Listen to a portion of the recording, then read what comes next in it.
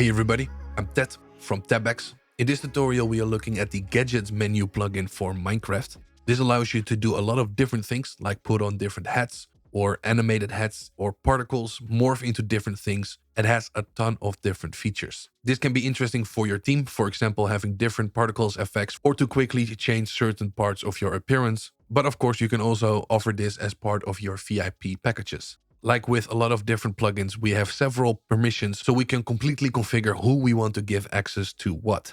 In today's tutorial, we will use the free plugin, but as you can see, there is a premium version with more features and also per features more things that are unlocked. For example, the cosmetic items, the free version has 415, where the premium one has 550. We will mainly look at how to get it working and then how to hook it into Tebex using the permissions and the commands. All the links used in this tutorial will be in the description.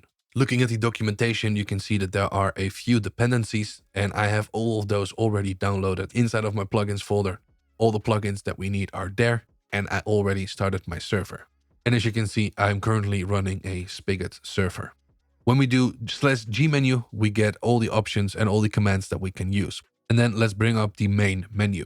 So here we have hats, animated hats, particles, suits, gadgets, pets, banners, emotes, cloaks, and we can also reset or go back to the main menu, and we also have settings. So let's first of all go to settings. Everything has a default cooldown, so people cannot spam commands. As an administrator or if I'm testing something, you might want to ignore this cooldown, so we can enable this, and now it will ignore our cooldown. Let's go back and let's take a look at the different hats.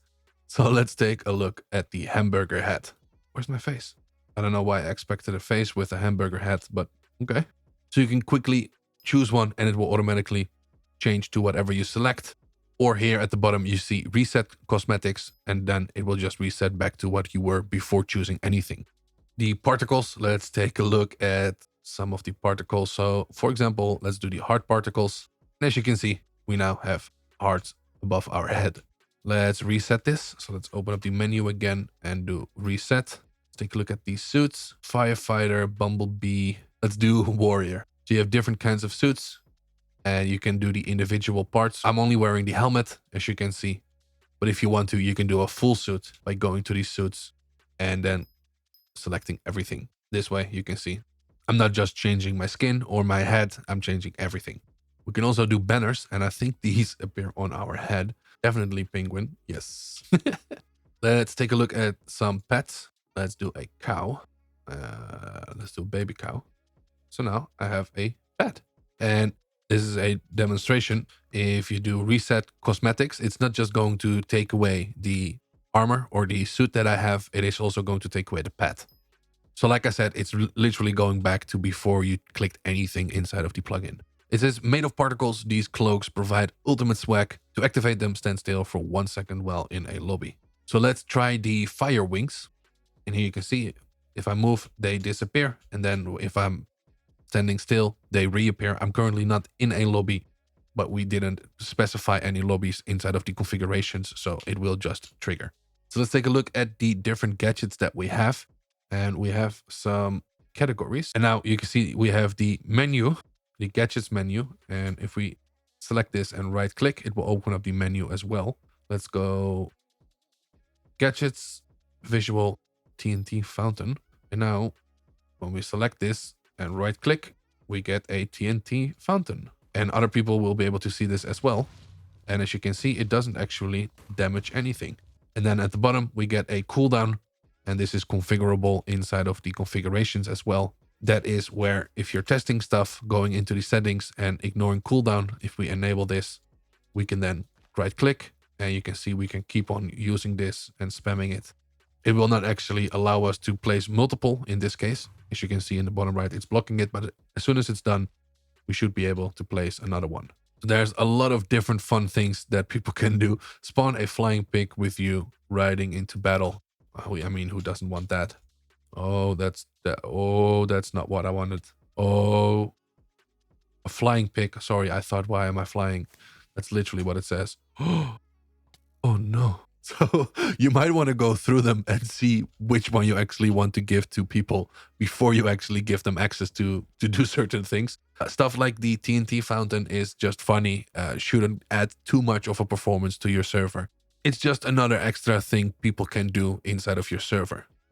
But maybe flying pig, depending on the type of server you have, or also where you allow people to use this, you might not want to give them access to flying pigs.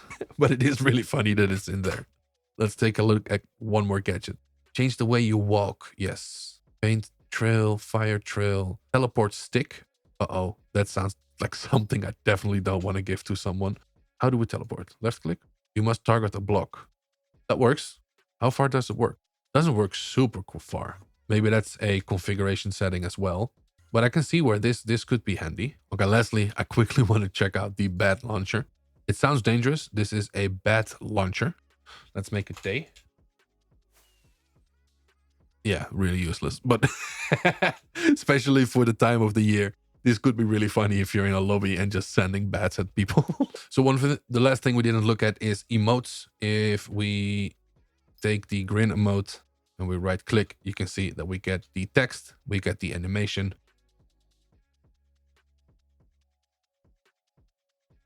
And then it goes away. I want a siren hat. Yeah, totally worth it. After this really quick overview of a few things that are available, let's take a look at the configurations. Inside of my plugins folder, I'm going to go to Gadgets menu and then config.yml. There are quite a few settings. There are a few things that I wanted to point out. We can disable the cosmetics per world. If you have several worlds or only want to allow this in specific worlds, this is where you would specify these settings. If you, for example, want to disable pets or a specific category completely, you could also do that right here. Then closing that file, going inside of categories, we see that we have the different categories that we checked out earlier. For example, going inside of the gadgets.yml, you can see that we have all the different settings for these gadgets right here. Let's say we don't want to completely disable the gadgets category, but we want to disable the magic 9-ball. We could also individually disable that gadget, or of course animated hat or anything you want to disable. Or we can change the individual messaging or lore or anything you want to change. Morphs is something that is only available in the premium version of the plugin. But when we quickly look at this file, you can see that we are able to morph into a pig, a cow, a enderman, and a few other different options. Literally meaning that we could run around as a enderman, terrorizing our friends on the server. Or of course, if you have a public server, people can mess around with playing as other characters. This plugin also allows you to do mystery vaults. This is something where you can have a hidden box somewhere placed in the world, and when they open it, they get a certain amount of items. This can also contain something called mystery dust. This is another thing that is inside of this plugin, but that is not something we are touching on in this tutorial. So when looking at the permissions for beginners, if you do not know how to set up permissions for a default rank group, here is an example. These are all the permissions that they recommend you to give to a basic group to allow you to use the menu smoothly. The best way to integrate this with Tebex is to create a group first, attach all the permissions that we want to give people to that group, and then use Tebex to add players to the group once a package has been claimed or purchased. So let's do LP editor. This will give us a link. If you get a message saying you need to trust this browser, just copy the command, paste it in-game on the account that you are operator on, and it should then say that you're trusted and you're able to make changes. I already have a VIP group. If you have not created any extra groups, you will only see default. Just click the little plus, give it a name, so VIP, and also VIP for the display name. If you want to, you can set a prefix, which is a tag before the name. So for example, VIP, or if you want something behind or after the name, you can do VIP as the suffix. If you set a parent, this will inherit all the other permissions from the group that you set as parent to this group as well. And using the weight option, you can dictate what group is the more important group compared to all the other groups, making sure that the admins and the moderators always are listed higher than the normal players or VIP players, for example. Since I already have the group, I'm just going to select the VIP group, and then we get all the permissions that I currently have for that VIP group. At the bottom, we can add our permissions. So I'm just going to start typing what they said on the page. So let's look it up again. GadgetsMenu.menu selector. Let's click on it, menu selector. So as you can see, we have our 4 permissions down here. We can then click on add to add them to our list. and then we click on apply at the top right to actually push all those changes to our server. Server-sided, we also get a message saying what has been changed. So now how do we add a player to the group once a purchase has been made? So we are now on Tebex. It is important that under integrations and game servers, you already have a game server that is connected to your Minecraft server. If you have not done this yet, there will be a link in the video description showing you that process. With Tebex and my server linked up, let's go to packages and then let's add a new package. I gave the package a name, a description, and I also set a price. Then at the bottom, we're going to say game server commands, select the server that we want to execute the commands on, and then let's add our first command. We can find that command on the wiki for logperms, and this is the command that we want to use. Logperms, user, and then the username, and then we're going to set the parent, and the parent is going to be VIP. This way, we are adding the player called Ted to the VIP group, or of course, whatever group you want. As you can see, we have some options for some variables. What we can do is instead of directly saying the username, we can add the name variable, and this will automatically get the Minecraft name from whoever is logged into our Tebex store. Instead of adding a player to a group, we can also give players the option to choose, for example, a specific pet. As you can see here, everything has different permissions. On Tebex, we can even set up a package so people can choose what kind of permission or what kind of pet they want. In the description, I will also link to a video showing how you can set up a package like that.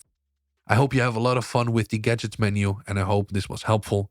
If you're not done watching yet, you can click here on the right for our latest release, or on the left for something that we think suits you best. If you think I want even more, of course, feel free to subscribe. This way you will be notified when we release new content every Friday.